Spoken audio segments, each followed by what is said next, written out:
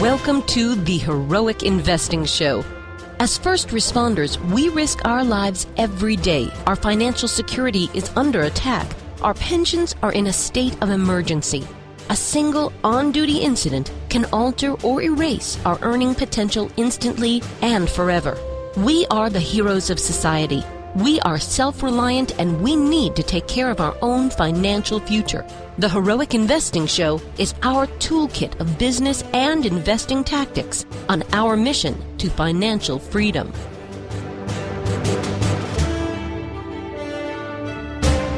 Welcome to the Heroic Investing Show, profit strategies for first responders and retirement and income strategies as well. So today we're going to talk with Terry Wygal, and this is an interesting story. You'll hear about a volunteer firefighter and how he is creating some real wealth and a great retirement plan by investing in income properties. So I think you'll really enjoy this show. I do have to warn you though, and also apologize, that the audio quality in the beginning, just for the first couple minutes of this call, is sort of bad. We tried to improve it as best we could. All of our shows are professionally edited, of course, but for some reason, once in a while, technology just gets a glitch. It does improve after just a couple of minutes, so please listen in, hang tight, and the audio quality will improve pretty dramatically just a couple minutes into this interview. So let's go to the interview with Terry, and I think you'll really learn a lot today about profit strategies for first responders, and we'll be back with that in just a moment. What's great about the shows you'll find on jasonhartman.com is that if you want to learn more about investing in real estate in different markets, there's a show for that. If you want to learn 17 ways rich people think and act differently, there's a show for that. If you want to know how to get paid to borrow, there's a show for that. And if you'd like to know why Amsterdam doesn't take dollars or why pools are for fools, there are even shows for that. Yep, there's a show for just about anything. Only from jasonhartman.com, or type in Jason Hartman in the iTunes Store.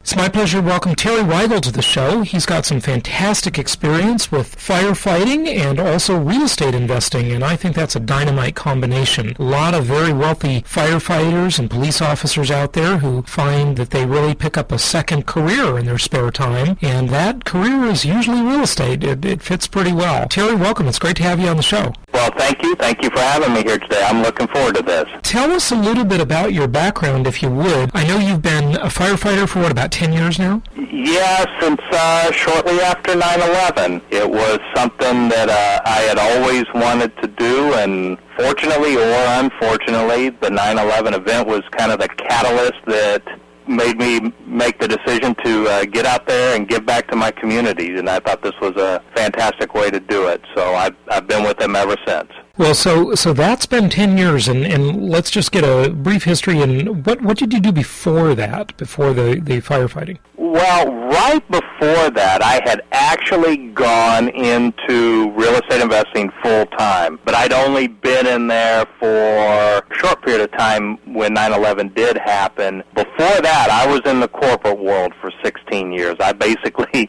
lived on an airplane traveling all over the country Monday through Friday. So real estate was a way for me to get away from that corporate job, if you will. And what was your corporate job? Were you in marketing? I wasn't in marketing. I was actually in retail loss prevention, of all things. I was one of those guys that traveled the country for different corporations. My last job, I was with them for 5 years in the corporate world, and I basically just went around the country interviewing and interrogating high-level executives.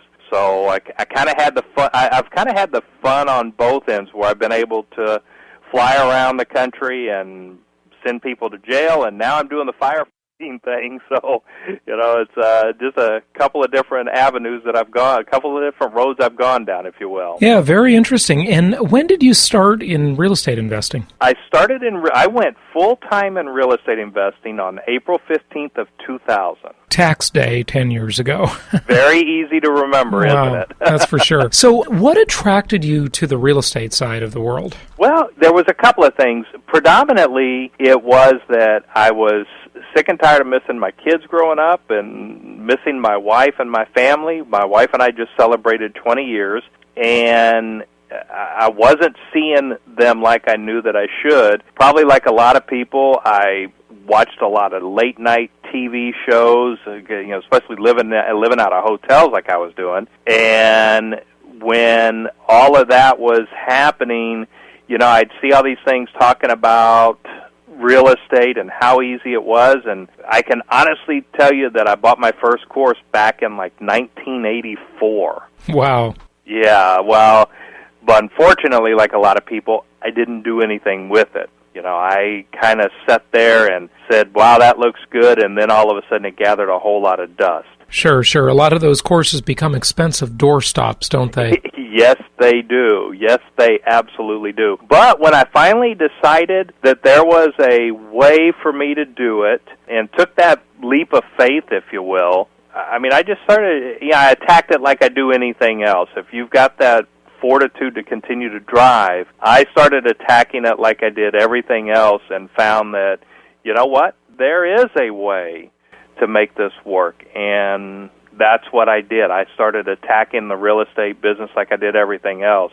Look, I know people who went to college for 4 years, and I'm doing real estate without any college.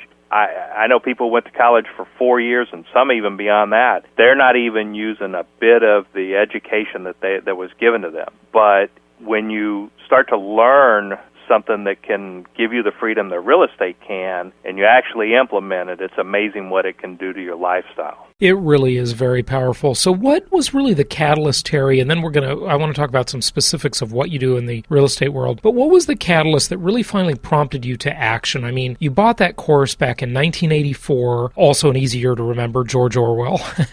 And it gathered dust for all those years until 2000. And then you finally started, and you just bought your first property one day, or what happened? Well, what happened for me was that I had one of those life-changing moments, if you will, where I was out on the road, and it was something I had thought of for quite a while. I missed a lot of my son growing up, and unfortunately I found that the road was following the same path with my daughter, and it honestly was a scenario where my wife called me up, and she was all excited, happy, and, I was like, what's going on? And she told me that our neighbor had just taught my daughter how to ride a bicycle. Still kind of hard to get out.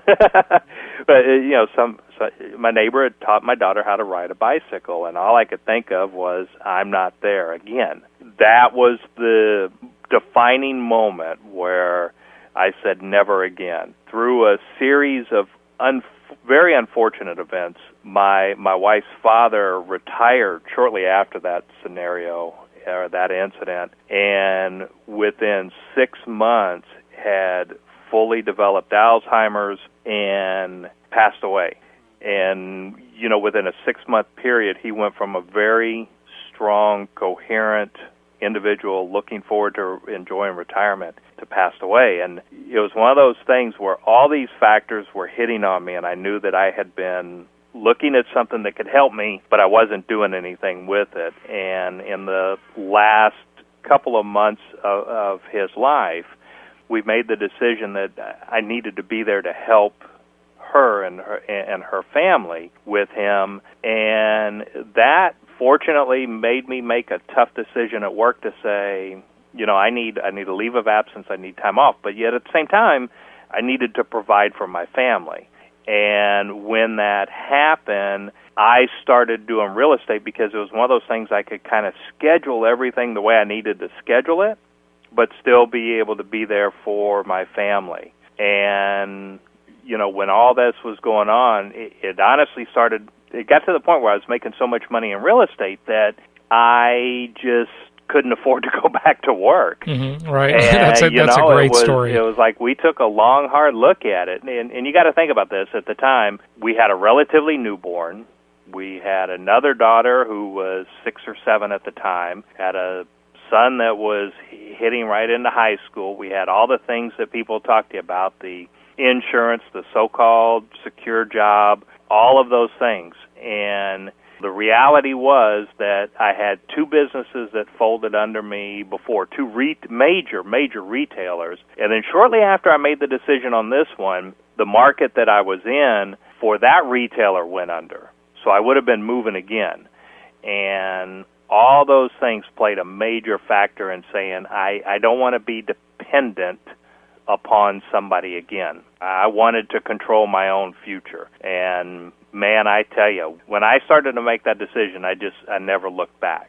And so it sounds like you got to the point where it became urgent. These things were happening in your life, and it was no more just a maybe I'll get to it someday sort of an attitude. It really became urgent, and I think that's what a lot of people need to get off their rear end and do something about their life. And so what did you do? What was your first foray into real estate investing? My first foray, it was funny. I've always been big into marketing. It's one of those stories of I want my name out there, and I knew I wanted it out there big, and a lot of that actually probably came from all the retail environment I was in. We always talked about marketing and what we were doing and doing the research of what's working and what's not. So the toughest thing I had to do was actually go out and do something.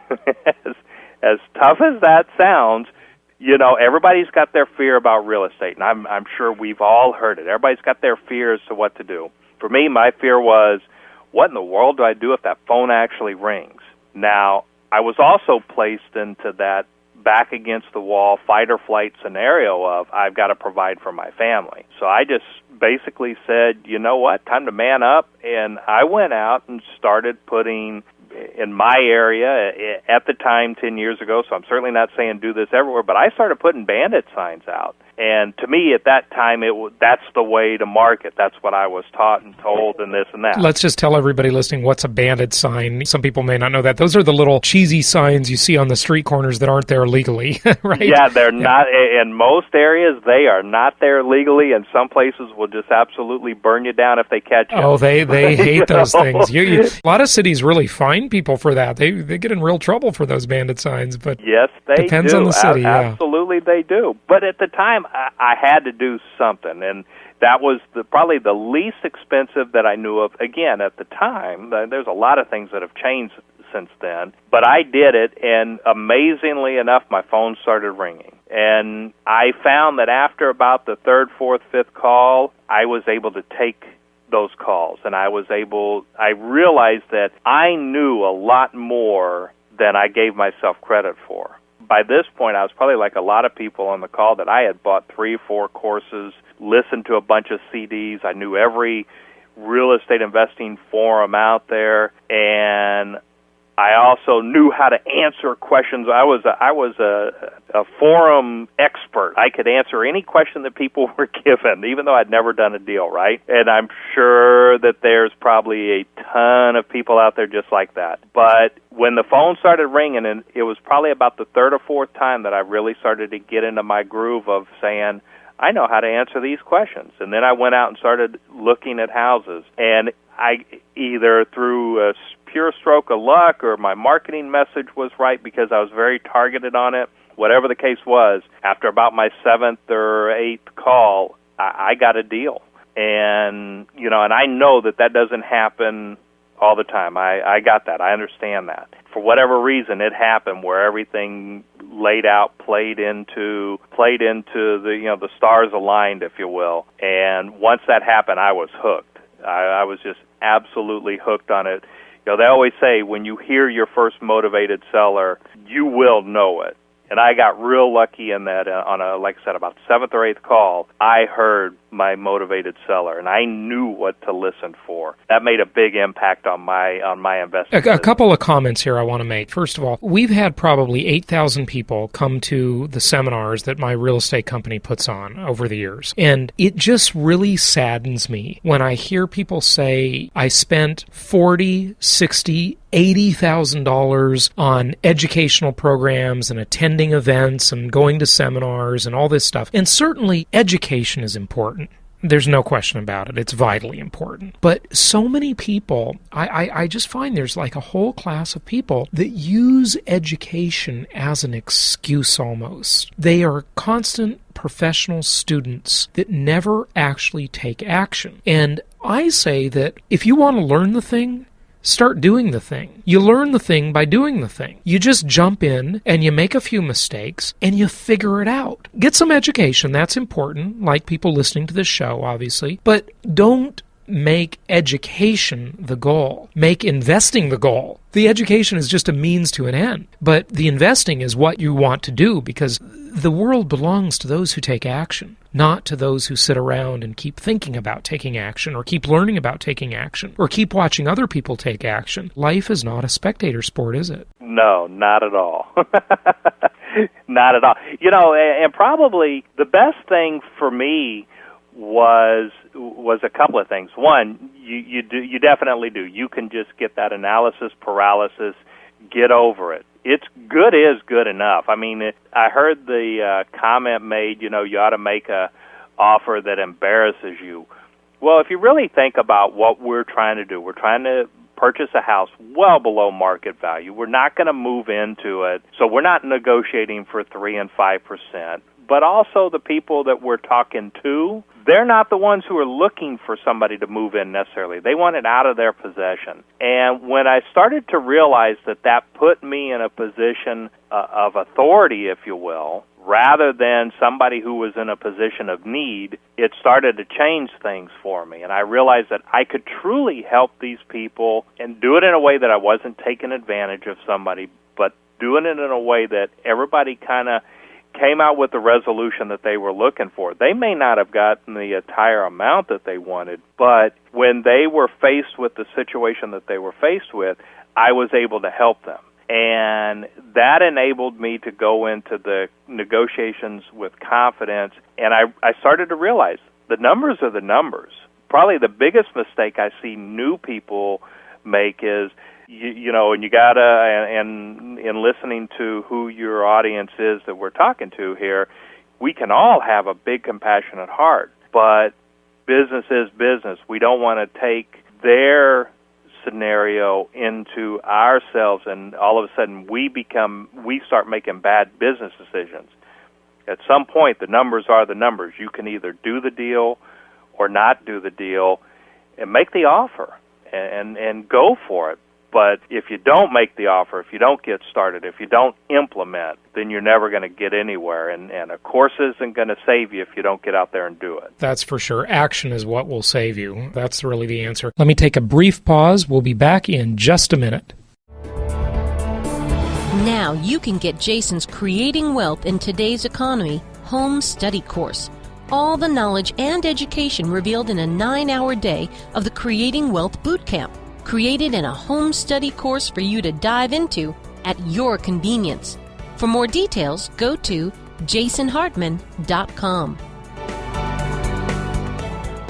So tell us about some of the mechanics of your investing. You're sourcing properties, you're looking for sellers that have a real dire need to sell their property. What are some of the metrics that you use when investing to make sure the deal is good? What are some of the things you look for? What's your average price property? Are they all in the Houston area? Give us some of the specifics if you would. Yeah, I've not been one of those guys to do all the virtual everything all around the country. I tend to be around where I'm at. Now, that doesn't mean I won't drive 2 hours. If anybody's ever been in Houston, you know, you could drive 40 miles and it'd take you 2 hours to get there. Yeah, Houston is a sprawling metropolis. And one of the comments I want to make is I own properties in Houston myself, and you happen to live in an area that offers some really good investment opportunities. If someone's listening to this show and they're in New York City, some parts of Florida, Massachusetts, virtually all of California, and, you know, these are areas that just don't work for investment, at least not right now. Not for the foreseeable future in my eyes. But you're in an area that's a pretty good market. We've put about 200 investors into Houston, and we like that market quite well. So that's one of the reasons that you're able to do that, because in your backyard, you've got some good deals. Yeah, we really do. And I understand that there are markets out there that aren't. But for me, I've always been able to stay within a relatively close area. Now, from there, what I start looking at is I start looking at houses that are probably 15 years and older, them to start needing the repairs. And ideally, if I'm in a strong wholesaling mode, then I want them 20 years and older. I'm looking for the scenario where the houses are somewhat well-maintained. I mean, it doesn't have to be a perfect neighborhood. and I'll give you an example where I used to live before the neighborhood I'm in right now. You had an ideal scenario where you had houses that were anywhere from 25 to 30 years and up. And you also had a scenario where the majority of the people stayed there for a long time. So you had the equity build up, and you also had the potential for the repairs. Now, the reality was our homeowner association was so strong that most of the houses didn't get dilapidated. So were there deals in there? Yeah, there were. And you could find people who definitely had a lot of equity, but they didn't always need a lot of repairs because the homeowners association would nail you the first time the paint was needed, the roof was needed, all that stuff.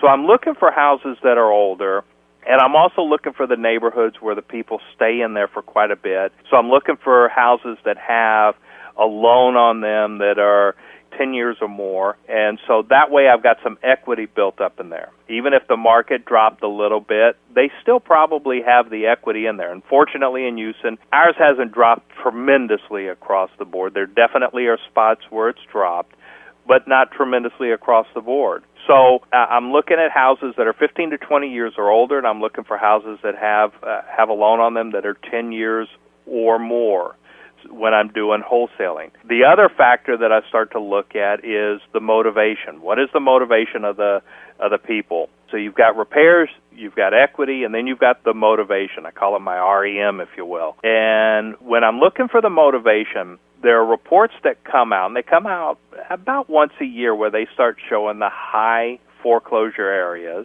and you can start to look at the areas that are going up. I've always been one of the mindset that if you look at our 5 closest friends or inner circle or 10 inner circle, most likely you're all within a pretty similar income range and possibly a situation range. And I know that when people start facing foreclosure and they're being impacted by the economy and so forth, there's probably other people around them that are either in the same situation or they know of people who are in the same situation. So what I always found is that I not only want to look at the person who's there, but I also want to try to get in front of the people who are the neighbors who are around there. So I use a lot of direct mail for that. If I have an appointment that I go on and I talk to the seller, there's a good chance if the neighborhood looks right as I'm going through it, and now I kind of perform more off a feel than anything, I'll probably go back and create a mailing list to that area to see who else I might be able to capture out of there. And any kind of metrics that you use in terms of numbers that people should hear about, rent ratios, anything like that? Well, for my wholesaling deals, right now we're trying to buy anywhere from 60 to 65%. We've lowered it a little bit,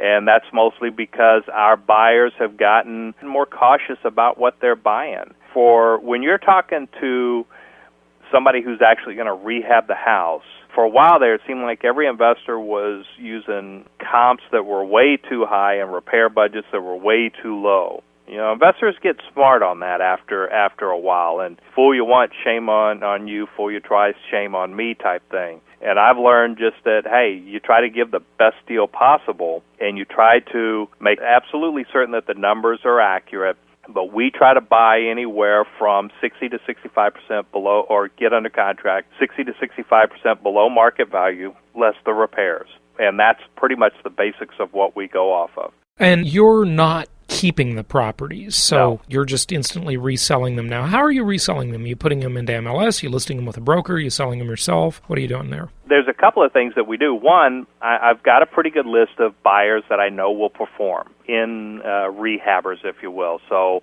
I'm not looking for an investor who's going to look to take my deal and shop it all over town. So I've got a pretty good list from that standpoint that will take that I can call up and do that. If I don't find somebody who's going to bite on that one, we do a lot of things on the internet now. And we start to market it out there. And, of course, we always have our marketing on to try to find a buyer's list, if you will. You know, we want people who are interested in the houses that we're picking up that we can put out there. So we're constantly building that buyer's list because, you know, your buying criteria today may be different 2 months from now. You may love a neighborhood right now, but 2 months from now, you may decide it's the worst place you've been in. And right now, you may be saying, no, I would never buy over there on that side of town. But then 3 months later, you may go, I want everything I can get over there. So I've learned that if I can submit the deals to everybody, it's interesting how the dynamics change. So I'm constantly looking to build my buyers list that I can send out to on the Internet and do it through an Internet basis. Very rarely do I list through a real estate agent. I'm an inactive agent at this point in time, just for clarification for people. I had my license at one point in time purely for my own use. Well, I wasn't going out on listing assignments or anything like that. And I have agents who bring me deals, and they bring me information and they bring me buyers also. We're starting to look, and I don't know if this is the time for this, we're starting to look more into the owner financing type scenarios. That's becoming pretty big. There's a lot of people who are talking about it, a lot of people who are actually out there making some pretty darn good money just by bringing an owner and a seller together. Now, there are legalities you have to be careful of, so I'm not going to especially nowadays, yeah.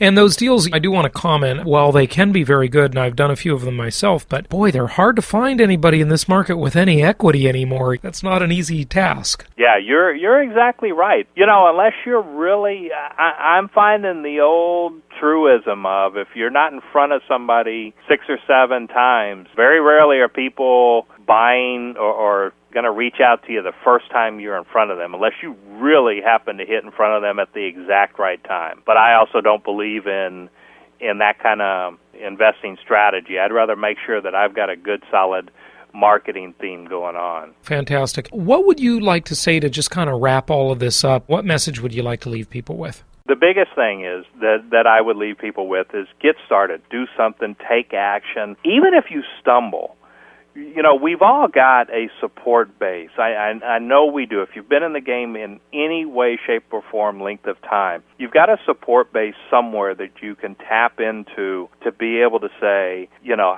hey, am I really looking at this right, or am I just absolutely way off target? If you learn the ins and outs of a contract, you will be amazed at the protection that is in there for you. And I have found that a contract, a legally binding contract, and I'm not even talking about some homemade thing, I'm talking about the contracts that the states provide, real estate agents provide, whoever you're talking through, give you some phenomenal protection if you learn them and read them, to where even if you made the world's worst mistake and missed, a 10-foot hole in the master bedroom, there are things you can do within the time frames given that allow you to walk out of the contract. I mean, if you do it, as long as you know the ins and outs of them, and they're not hard to learn. But the main thing is take action, do something.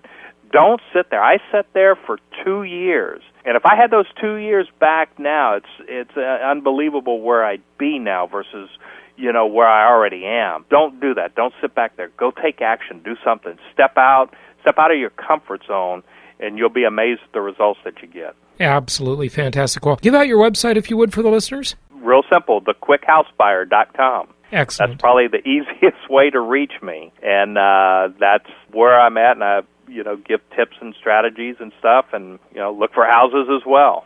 Always looking for houses. You know what? I was going to close with that, but I just wanted to ask you one more thing. Just tell us a little bit about the opportunity you think that there is for first responders, for firefighters, police, because I think those people have a special opportunity when it comes to real estate investing. Can you just address that for a quick moment? Yeah, for real quick. I mean, when you think about the hours that most of us work or put in, and then the time that we get off, it's there for you to do something, to put into action some form of passive income. And having that steady income in, whether you're working or not, is always fantastic. And having leads come in that you can work when you get that time off, you're in a very unique situation. And, I mean, it really is a great way to learn how to do the business. Very good point. All right. Well, thank you so much, Terry, and let's keep in touch, okay? All right. I appreciate it. Are you ready to begin making huge profits in mobile homes and mobile home parks? If so, check out Mobile Home University's Boot Camp in a Box. You'll learn how to find and evaluate mobile homes and mobile home parks, how to drastically reduce park expenses, how to develop an effective management team, how to market and advertise to fill up your park, and much more. The Mobile Home University Boot Camp in a Box is available at special savings at jasonhartman.com.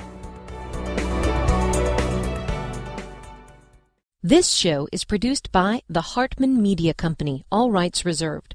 For distribution or publication rights and media interviews, please visit www.hartmanmedia.com or email media@hartmanmedia.com. Nothing on this show should be considered specific personal or professional advice. Please consult an appropriate tax, legal, real estate, or business professional for individualized advice. Opinions of guests are their own, and the host is acting on behalf of Platinum Properties Investor Network, Inc. exclusively.